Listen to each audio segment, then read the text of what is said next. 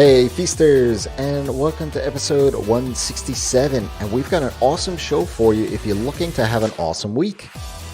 I'm going to share with you 4 strategies so you can have the most productive week ever. Welcome to the Ask Rezzz podcast. I'm Jason, and I'm here to help you get past those bumps in the road, those struggles, those things that hold you back from building an amazing and profitable freelance business each and every single day. No doubt you've heard me on this podcast and other places talk so much about how important my weekly reviews are. In episode 152, I actually explain how you do a review of your week. But what's funny, or actually quite scary, is that my wife knows or can tell on Sunday afternoons how distracted I am if I haven't done my review earlier in the morning. Can I be completely candid with you right now?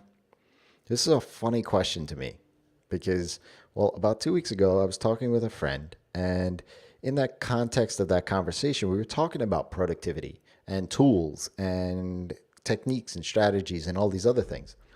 And I said to him, you know what's funny is that when I start looking at tools or notebooks or planners or these other things about being productive, oftentimes it's because I have too many things going on and I feel like I could put all of those things into another bucket and be organized. So I would ask yourself that same question. If you're looking to be most productive, are you really just trying to distract yourself from doing the actual work and maybe even reducing the amount of tasks that you need to do? So I'm going to share with you 4 strategies to have a productive week without question, but you really need to figure out what works best for you, right? The tools, the strategies, the methods that make me productive may not be right for you, and that's perfectly okay. Just like you may be a night person and I'm a morning person. It's just how we're wired. But I want to give you some suggestions so that you can look at your week and see maybe where you can adjust some things to become more productive. So let's dive in.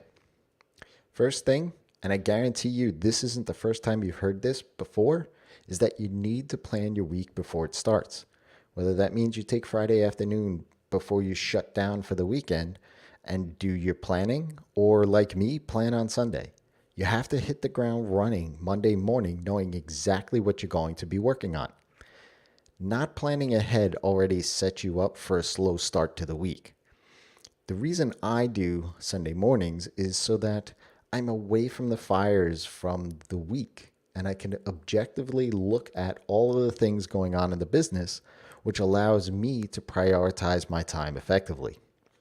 The second tip is there is only so much time in any given day. So the very first thing you need to do is use a calendar.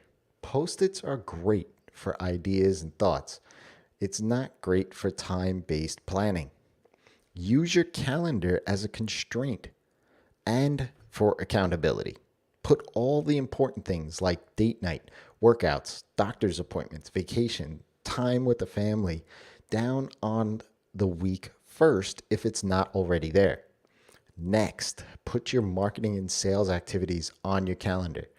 This is the blood of your business and needs to be something you prioritize doing each and every single week. Look, every single week we take my son to the little gym, and for me, that's non-negotiable. Sure, there's been a time when something came up and my wife took him.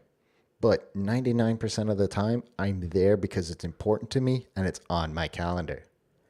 The third strategy is use a booking application.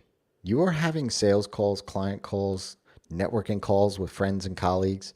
They all take a different type of energy level to do and a different amount of time for the call as well.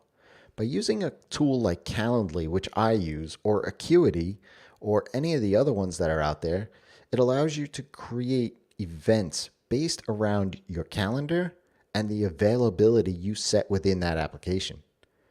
Then you get a link that you can send off to whoever the other person is and can tell them to pick a time slot that works best for them based around what you have available. By setting up specific availability, you are able to guard your time. You are also able to dedicate certain days or parts of the day based around your energy and concentration level. Which leads me to the fourth and final tip here. Theme your days. Whether it's a full day dedicated to a piece of your business or part of your day, I'll leave that to you. But make sure that if Monday is meant for client A, Tuesday is meant for sales and marketing, Wednesday is meant for client B, and Thursday is meant for content, and so on, keep to that each and every single week. Switching around is scientifically proven to be a detriment to productivity. If you can batch a single bunch of hours to a specific activity, your brain will easily move through those tasks. My suggestion would be to base your days around energy levels. As an example, I like to leave my low energy tasks like administrative tasks towards the end of the day and the end of the week. I'm most productive when it comes to tasks needing high concentration levels in the morning, so I won't schedule most calls in the morning. When I started out, I allowed calls and emails to run my week. I would take calls instead of scheduling them, and I would have my email open all day long. I found myself consistently behind the 8 ball for things like projects, my own business tasks, administrative tasks, and the sad thing is my whole business was pushed aside because of it. That put me right into the feast or famine cycle.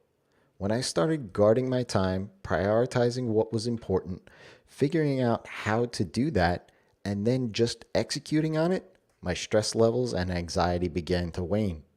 Peace of mind for myself and my clients became a reality. If you have a question, ask Rezzz. Find me on Twitter at Rezzz, or head on over to Rezzz.com and let's have a chat. I have a little chat bubble in the bottom right corner. Go ahead, pop that open, and ask your question. Till next time, it's your time to live in the feast.